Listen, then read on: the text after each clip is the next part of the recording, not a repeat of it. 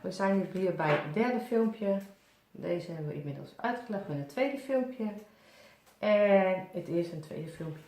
En ik ga nu verder met kaart 21 tot en met kaart 30 voor jullie. Kaart 21. Andersom. De berg. Deze, de berg. De problemen die je hebt, die zijn in dit geval niet zo erg als dat jij verwacht. Deze kaart staat vaak voor heftige problemen, heftige blokkades.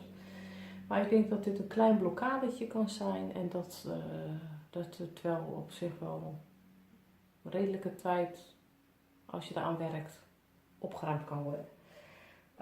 Dus niet zo erg als verwacht. Heb geduld, ga er natuurlijk wel mee aan de slag. Met de juiste aanpak kan je de situatie langzamerhand weer ten goede brengen.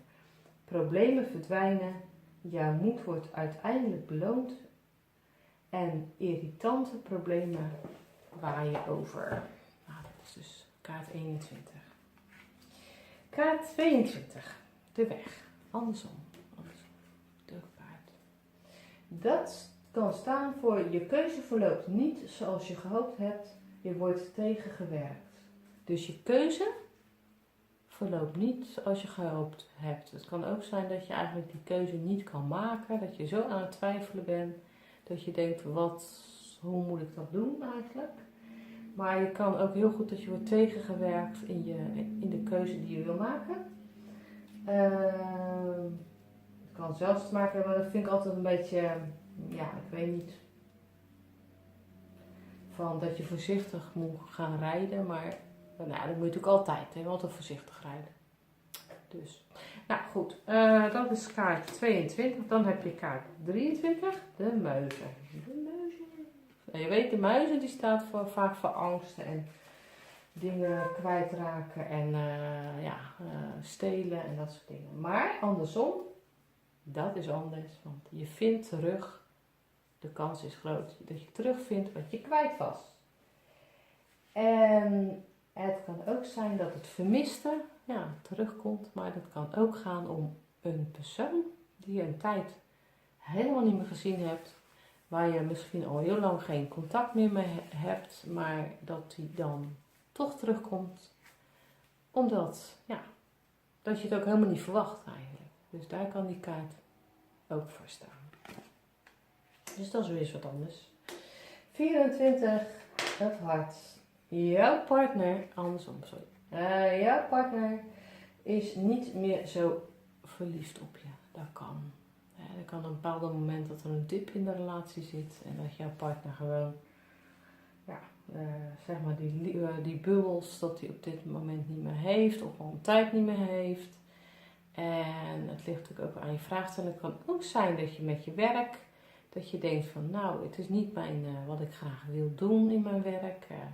Het is niet mijn zielsopdracht of mijn hart ligt er niet meer. Dat kan ook allemaal met aan je vraagstelling. De ring, die kan liggen aan dat de beloften worden verbroken. Ja, dat kan voor alles zijn. Werkgebied, vriendschap, relatie, financieel, contracten. Dus dat kan dus eigenlijk dat de beloften worden verbroken of het contract wordt beëindigd. Daar kan die ook voor staan. Of een huwelijk ontbonden. Dat zou ook kunnen. Maar goed, de werk al zegt, handig als je dat je veel met de normaal werkt. In het begin moet je het even met een korreltje zout nemen. In die zin bedoel ik eigenlijk van leer het eerst goed, zeg maar. Het kan zijn anders dan dat je nog foute interpretaties hebt en zo. Boek, andersom. Nou, de studie is moeilijk voor je die op het moment volgt. Of het boek begrijp je niet op de een of andere manier, de leerstof begrijp je niet. Problemen met officiële instanties kan ook, zeg maar, te maken hebben met deze kaart. Dus dat is het eigenlijk. Het kan ook zijn dat er een geheim juist aan het licht komt. En er komt een geheim aan het licht. Of iemand is heel erg open juist met je en kan zijn geheimen goed met jou delen. En dat kan ook zijn dat dat nu voor het eerst is. Dat diegene dat kan. Hou daar ook rekening mee. Goede interpretatie. Brief. Nou, een negatief bericht. In die zin, je kan niet worden aangenomen of je wordt niet aangenomen. Of tegenvallen van financiën. Het kan ook zijn dat er boetes in de bus vallen. Of die welbekende vaak griezelige blauwe envelop. Nou, dat soort dingen, dat kan allemaal. Of dat je een tijd niet meer of iemand iets hoort. Daar kan die ook voor staan. Nou, dan hebben we 28. De expanded le mans heeft daar twee. Hè? Twee mannen. Eentje zonder spieren. Tenminste, of haar broodjes, die ik het niet zie. En eentje met spieren. Nou goed. Als die kaart andersom staat. Die en die. Maakt het niet uit. Dan gaan we eerst beginnen met deze. Man die kan zich verdrietig... Oh, sorry. Ik ga bij hersenschudding. Nou, de man die kan zich dus verdrietig voelen. Niet stabiel, boos of niet begrepen. Falen of rivaliteit kan die zelfs zeg maar aan de hand zijn. Het kan ook zijn dat de man plotseling vertrekt. Een echtscheiding of man heeft schuld aan beslissing buiten jou om.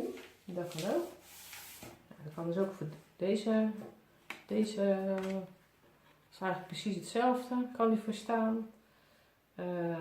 Dit betekent vaak dat dit jouw partner is en dit kan vaak staan gewoon voor een vriend, zeg maar.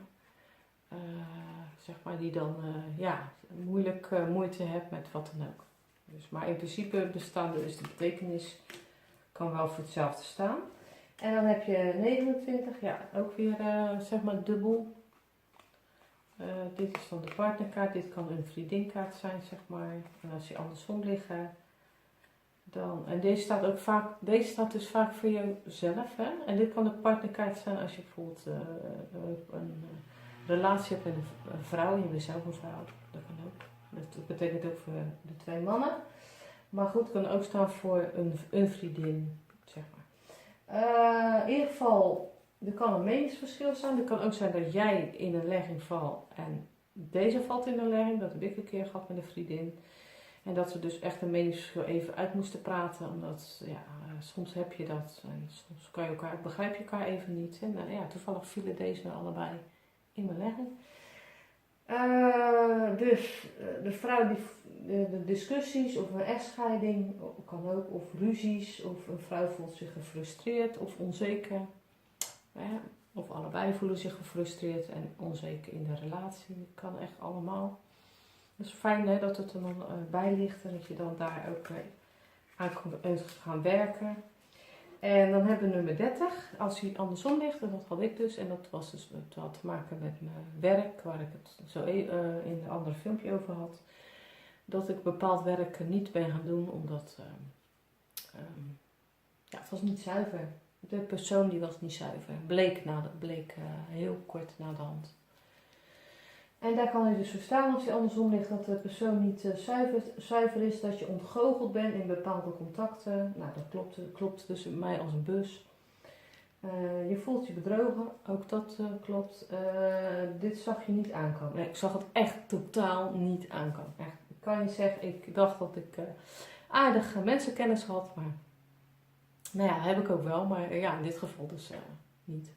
Helemaal niet. In ieder geval niet zuiver. Daar kan dit dus voor staan.